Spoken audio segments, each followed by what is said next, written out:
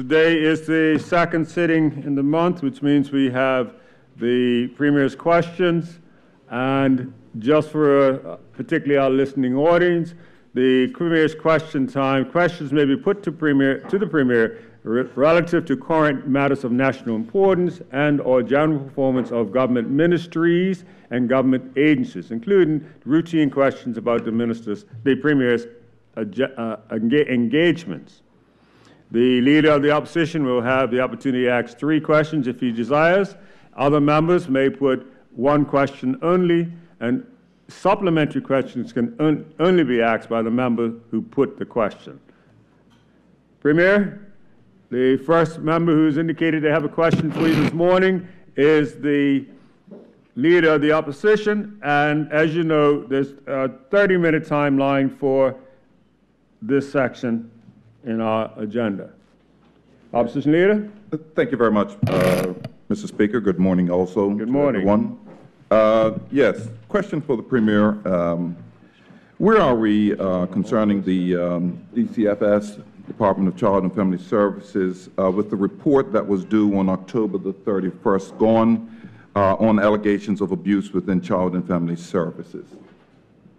Thank you, Member. Premier. Thank you, Mr. Speaker. Mr. Speaker, in response to the Leader of the Opposition, at the request of the Department and Ministry, the head of the Public Service placed officers on administrative leave. In other cases, the acting department head relieves certain officers of their particular duties. There are 3 officers being investigated, and the investigations are at various stages. All complaints related to all matters at the Department of Child and Family Services are being investigated. Procedures for the handling of cases of alleged gross misconduct are set out in the 2nd schedule of the Public Service Commission regulations, and upon the completion of the investigations wherein offenses against the conditions of employment and code of conduct are alleged, the matters will be referred to the head of the Public Service, who shall conduct a hearing. It should be noted that investigations into various matters at DCFS are ongoing, and as has been in the public domain, there are 2 separate lines, one with the Department of Internal Audit and one with the Ministry itself handling items which may be considered against the code of the conditions of employment and code of conduct. Thank you. Supplementary or second question? No, supplementary. Supplementary? Yeah. And I'm going to thank the Premier for that, since we hadn't heard anything since October 31st. I guess what I wanted to find out a little more, if he could expound on some of the other tangible measures outside of suspensions that may have been made to by the department since it has moved under the AG chambers, whereby it has given some assurances to families that kids are safe and secure outside of these suspensions. Has there been any other kinds of fundamental changes within how they do things? Thank you. Premier? I thank the opposition leader for his question, Mr. Speaker, and what I can say is that this government puts the safety of our children and regards it as the highest priority. The fact is that the minister who's responsible for this responsibility sits in another place. The minister who is responsible for this has made statements on what is going on in Child and Family Services and has provided numerous questions and responses to the members of the other place, or the members of the opposition who sit in the other place. What I would say is that the minister who is responsible, just like the minister who was responsible previously, is on the case. We are making sure that we're going to upgrade the facilities. There are various facility upgrades which are going on right now to make sure that there's capacity to care for our children, and this government will make the investments which are necessary and required to ensure that our children come first and that the safety of those that are most vulnerable in our population have the services of which they need. Thank you. Supplementary, new question? Yes, supplementary. Second supplementary, your last supplementary on that question. Yes, taking that into consideration, there's been a lot of attention to this particular department, as we can see played out in the public. And so I guess what I was trying to understand, as far as there's been talk about efficiencies, making it more efficient, knowing that the AG Chambers has been under stress already, by moving it into this area, does the Premier believe that with the attention thus far, that it may have been a mistake of moving it, disbanding the former ministry, and moving this particular department to the AG's chambers, when we know that the former minister was doing such a good job? Thank you. Premier? Thank you very much, Mr. Speaker. Mr. Speaker, the organization of government under the Constitution lies with me, and I am responsible for the organization of government. After 16 months of examining the way in which things stood, I decided to make a change in the interest of efficiency and better service. The changes which I have made, Mr. Speaker, in my belief, will better serve the people of this country, our children, our seniors, those on financial assistance, those in sports, and those within labor. And so for that particular instance, Mr. Speaker, I support clearly the decisions which we've made. And not only is that supporting the decisions of which have been made, but it is my belief that it will yield to better results for our students. So to answer the question, no, I am not second-guessing my decision, Opposition Leader. It was the correct decision, and it will yield better results for our children. Thank you, Premier. Now, you used the supplementaries on your first one. Would you like to put a second question? Second question. Second question? Thank you, Mr. Speaker, for obliging me. Certainly, since the process of setting up Sandbox that introduces the regulatory testing environment, which we are now calling Sandbox, I wanted to find out if the Premier can let us know, since July, I believe it was 1st, how many temporary Sandbox licenses have been approved. Thank you. Premier? Thank you very much, Mr. Speaker. Mr. Speaker, if he's speaking about the insurance regulatory sandbox, yes, that is a matter that will fall underneath the Bermuda Monetary Authority. I do believe that they publish all licenses which are issued on their website, and those particular matters will be in the public domain. However, I will ask my colleague, the Minister of Finance, to follow up and provide an answer to the Honorable Opposition Leader on that particular point. Thank you, Premier. Supplementary or third question? Supplementary. Yeah, I appreciate that. Yeah, we were looking for it and I couldn't find it, so that's why we're asking the question. Supplementary to that, is he aware of any jobs that may have resulted from job creation for Bermudians, resulted from these temporary licenses that may have been given? Thank you. Premier?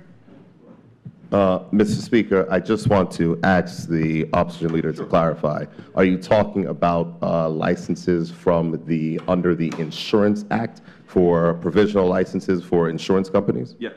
Thank you, Mr. Speaker. Mr. Speaker, I cannot necessarily speak to the specifics of any jobs which may or may not have been created.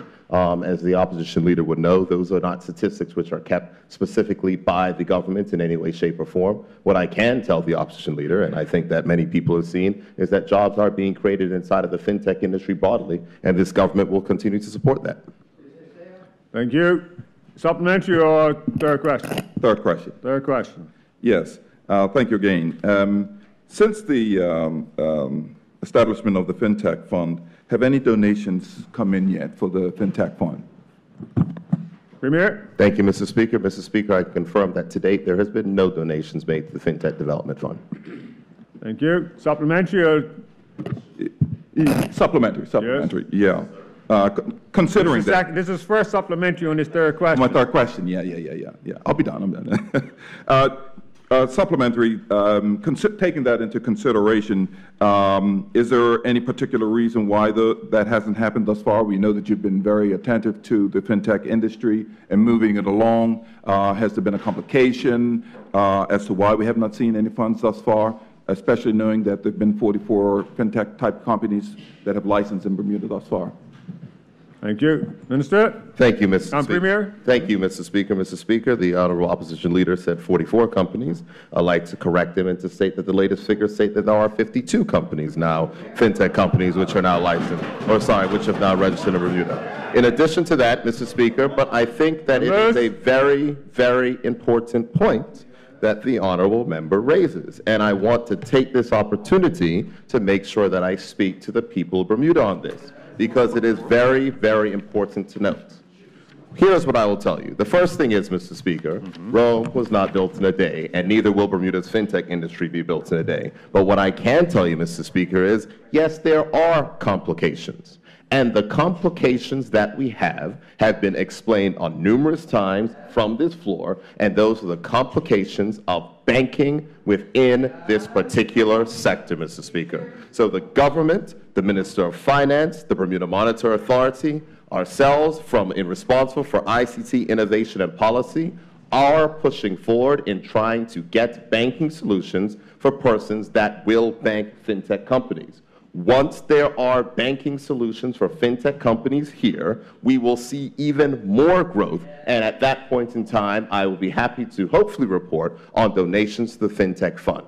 The truth of the matter is, Mr. Speaker, is that this industry will not be able to flourish as others have because of the fact of the lack of banking services. And Bermuda, in this case, is at a disadvantage. Historically, Mr. Speaker, Bermuda was never a banking jurisdiction. Therefore, other jurisdictions which are involved in fintech have many types of banks. Some are willing to have fintech appetites. I had a conversation this week when I was at MIT, when I was meeting with fintech leaders, and one of the things that happened earlier this week, Mr. Speaker, which I think is very important, is there was a fintech company which has set up here. And the company which is set up here, Mr. Speaker, very, very key point. The company that set up here took 6 months and was not able to open a bank account in Bermuda and had to open up a bank account in the Bahamas. That is what the challenge that we're facing. I'm happy the opposition leader asked for the challenge. That is a challenge that we have, and we are working to resolve that. It is my hope, Mr. Speaker, that that particular challenge will be resolved shortly. Thank you, Premier. That brings. What are you rising for, sir? Wait. No supplementary. You can't ask. No. I have a list. A list was submitted. I'm going by the order list of members submitted to me. The next member who submitted a list, the next member who submitted their interest in action or question is the member from constituency 19. Member, would you like to put your question? I did stand up.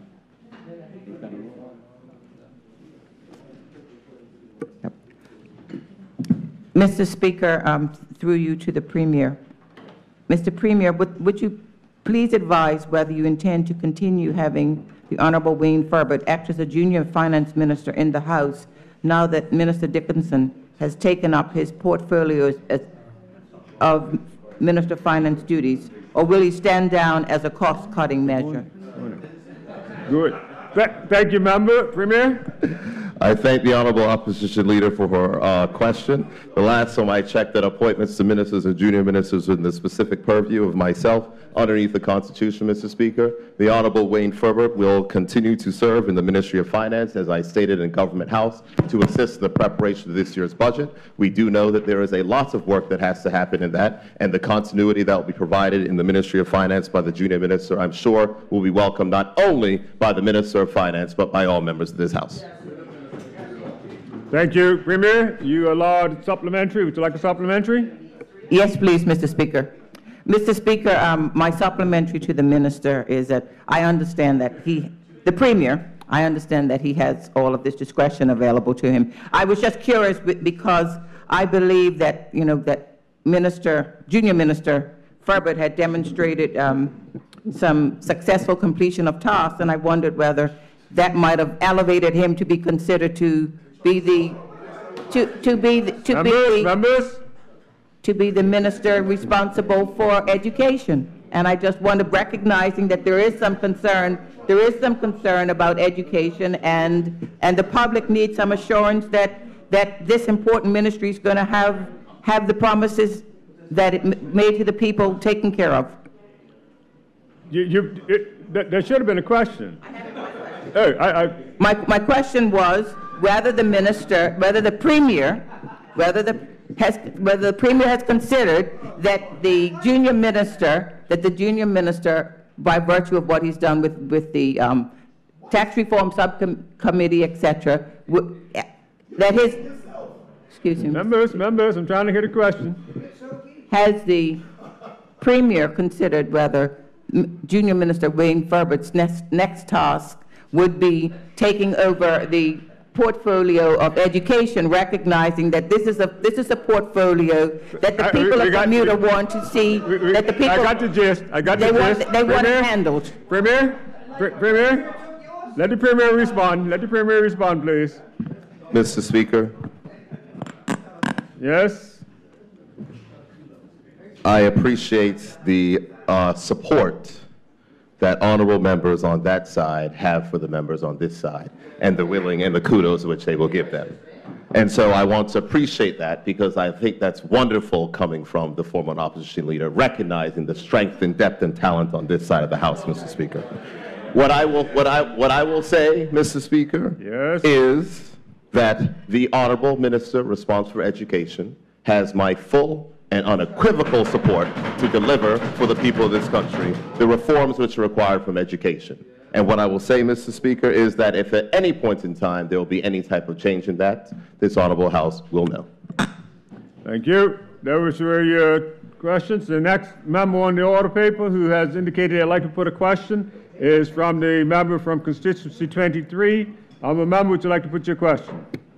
Yes, thank you, Mr. Speaker, and good morning, Mr. Premier. Is the Premier able to share with this Honorable House the circumstances behind the sudden separation of the CEO from the Bermuda Health Council? Mr. Premier? Can the Honorable Member please repeat her question? Member, would you repeat your question? Yes, Mr. Speaker. Is the Premier able to share with this Honorable House the circumstances behind the sudden separation of the CEO from the Bermuda Health Council? Thank you for the question, Mr. Speaker. Mr. Speaker, there are no further details of which I can share at this point in time. If there's a specific question that wants to be asked, I'm happy to answer. It is my understanding that the separation took place by the Bermuda Health Council and their board, sought approval from the minister, and such approval was granted for such. Thank you. It's a second question, supplementary? Supplementary. I only have one no second question. I have first supplementary, yes. And that is, can the Premier undertake to advise this Honorable House the conditions, the terms of the separation package that may have been offered to the under the separation agreement? Thank you. Minister, Premier? Mr. Speaker, the undertaking that I can give this Honorable House is that as much as can be disclosed publicly and or privately, I will undertake to do so. And I think that if the person, the Honorable Member who may speak for health in this matter wants to have a private conversation with the Minister of Health on this matter, I would invite her to certainly do so. Thank you. Second supplementary? Second supplementary. Is there a contingent liability for any legal fees in respect of any possible challenge as a result of the separation? Premier? Mr. Speaker, I do believe that there is something regarding standing orders regarding the answering hypothetical questions, and so I'm going to decline to answer that question. Thank you. Those are your questions answered. Asked. The next member on the order who put in a request is that of the Deputy Speaker. Deputy Speaker, would you like to put your question up?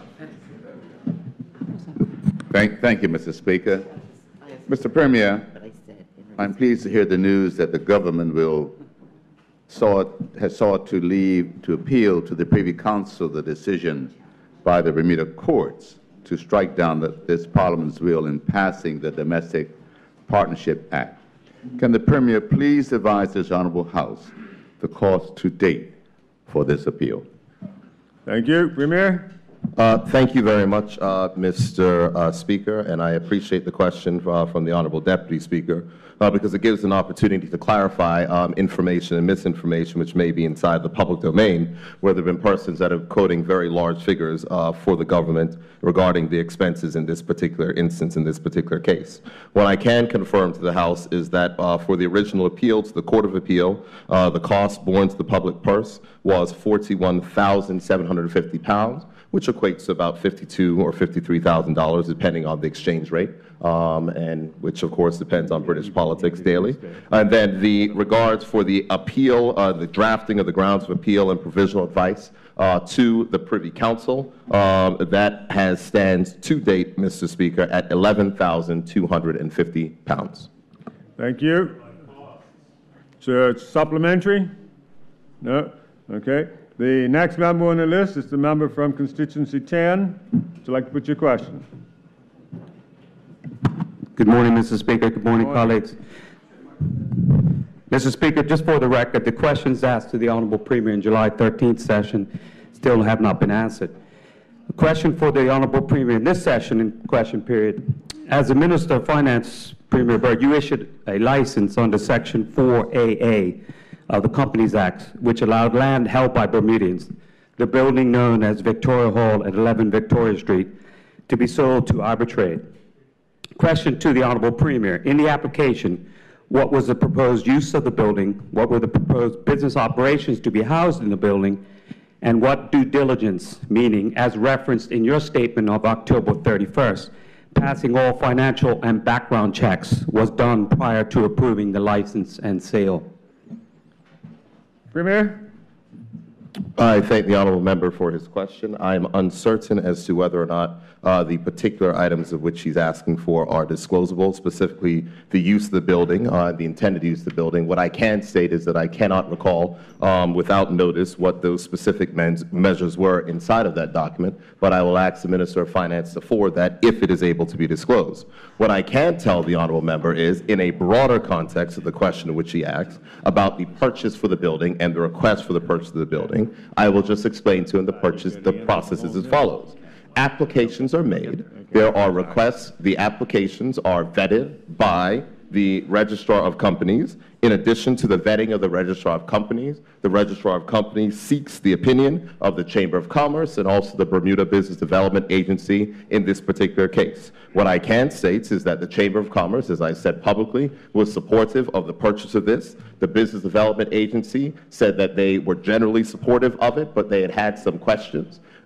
Based upon the questions, Mr. Speaker, there was enhanced due diligence that was done, that was requested by myself at the highest levels, which is what is allowed internally. Those questions went to the Assistant Financial Secretary. The Assistant Financial Secretary went to the Financial Intelligence Agencies and made sure they completed background checks at the International Interpol system for all of the various directors. Those background checks came back with no objection, and given there was no objection from the Registrar of Companies and support by the Chamber of Commerce, the registration was approved by myself as the Minister of Finance. Thank you. Supplementary? Yes, Mr. Speaker, but just a quick comment. If Bermudian land is sold to a non-Bermudian business, let's keep it to I don't the think there should be anything that is kept from the question. public. Keep it a question. Mr. Speaker, supplementary question. The Honorable Premier said in his statement that financial and background checks were done.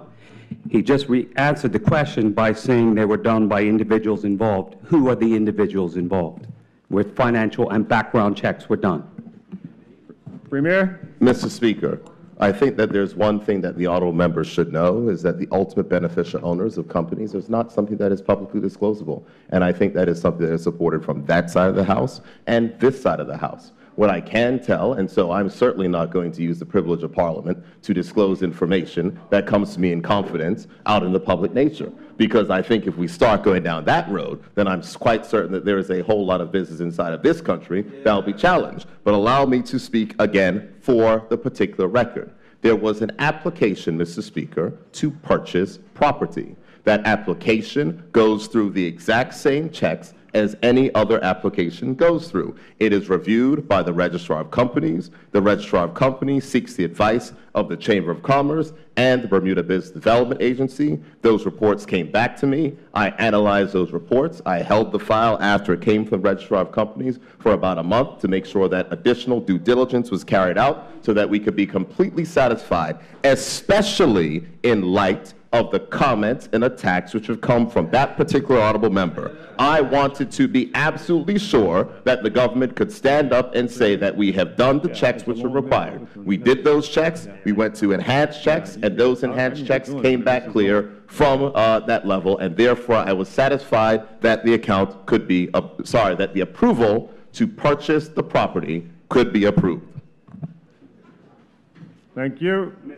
This is your second supplementary. Yes, Mr. Speaker. If asking questions is an attack, then we live in a different world nowadays, Mr. Speaker. Second supplementary. Wait. Take your seat. Take your seat. Let me caution all members. It's simply a time for you to get up and ask questions, not a comment. Save that for a motion to adjourn if you want to add to your comments. But when you rise to your feet, put a simple question. Continue. Thank you, Mr. Speaker. Second supplementary. Referring back to the Act, under the section of the Act 4AA2, if the application is in accordance with the policy approved by the Cabinet, he, being the minister responsible, if he consents to the application, and then in 4AA3, it may be subject to certain conditions that the minister considers appropriate to impose. Has the Honorable Premier in this case imposed any restrictions or conditions in this case as is allowed under the Act? Premier? Mr. Speaker, as I do believe that the actual license itself is a public document, I will undertake to ask the Minister of Finance to share so you can see the conditions. The conditions are the standard conditions which are attached to all, which I think it's for a period of 5 years and has to make sure that it's renewed after every 5 years. But I don't think there are any additional conditions out of the ordinary that are given to any other approval by non-Bermudian companies that are not fully beneficially owned by Bermudians to own property. Thank you, Premier. The next member who's on the list who would like to put a question to you, Premier, is the Government Whip from constituency 24. Member, would you like to put your question? Yes, thank you, Mr. Speaker. The Premier would have seen in today's headline that states that fintech company BitCarbon is looking to fill 16 jobs in Bermuda. Does the Honorable Premier agree with me that despite the naysayers in the opposition, which we've heard earlier today, this government's commitment Just put your question. No sidelines. Just a question. Does the Honorable Premier agree with me that despite the naysayers in the opposition, this government's commitment to diversifying our economy and create jobs is bearing fruit? Premier? Mr. Speaker, I thank the honourable member for his question, and I do agree with him that the efforts that this government has been making into diversify our economy are certainly bearing fruit. What I can say, Mr. Speaker, is that I know that there are those that are skeptics. I know that those that will use statements in this House to ask, where are the jobs? Where are the jobs? Where are the jobs? The fact of the matter is, Mr. Speaker, as I said earlier today, Rome was not built in a day, and neither will this fintech industry be built in a day. I can assure you that Bermuda's insurance industry was not built in a year, and neither will the fintech industry be built in a year. But what I can say is that this government is on the right track, that we're heading in the right direction, and the proof is in the pudding. So, Mr. Speaker, for honorable members on that side who may be curious, they can, like other members of the public, can go on careers.bitcarbon.com and they can see a listing for a possible opening, I will see, for they able to apply for 29 jobs that are going to be located in Hamilton, Bermuda, Mr. Speaker. And I had the opportunity to speak to the CEO yesterday after I saw this application, this advertisement newspaper. I had asked for my office to go ahead and set up a call. I had a conversation with him at 4 p.m. yesterday. He indicated that the first tranche of jobs which are advertised in the newspaper, 16 of them are to be built in the first quarter. Their company is supported by very big Wall Street firms that are backing them, and he'll be traveling to Bermuda on Monday to meet with me, and I'll be happy to welcome him to the island, Mr. Speaker. Thank you. Yeah, you have a supplementary? I do have a supplementary. Supplementary? Is the Premier able to share with this Honorable House and the country how many fintech companies have been incorporated here in Bermuda? I think we heard an answer to that just a few minutes ago. Premier, Mr. Speaker, I'm happy that the government whip has asked me to clarify because the honorable opposition leader said earlier, and I counted up the number when I received the message from the registrar of companies earlier today, and the number is, as it currently stands right now, 52 incorporated fintech companies in Bermuda, Mr. Speaker. Thank you. The next member that's on the list, the next member who's indicated I'd like to put a question, members. The next member who's on the list this morning would be that of the member from constituency 11. Would you like to put your question? Good morning, Mr. Speaker. Good morning, Bermuda. Honorable Premier, there's some speculation about the amounts paid for consulting for this new bus schedule. Can you clear that up for us, please, sir? Thank you very much, Mr. Speaker. I thank the honourable member for his question, and I think that the question is valid because I do know that, and I think that the honourable Minister of Transport and the former minister, the Deputy Premier, should be commended for after how many years and how much effort there has been, 17 years of effort, we finally have modifications to Bermuda's bus schedule, and for them, they should be commended. These modifications are to modernize, thank you. these changes to the bus schedule or to modernize our bus schedule are just step one in making sure that we can provide a more reliable and responsive bus service. What I can indicate to the honorable member is that over the last, I can say in 2017 and 2018, payments to consultants for the bus schedule, and I think the company is called Schedule Master. Premier, there's 1 minute left of this section of questions before we move on to the next question period. Got you. Total $25,156. Supplementary, you got less than a minute, 40 seconds. No one wants to put the further question in 40 seconds? Okay, that brings us to a close of the Premier's question period.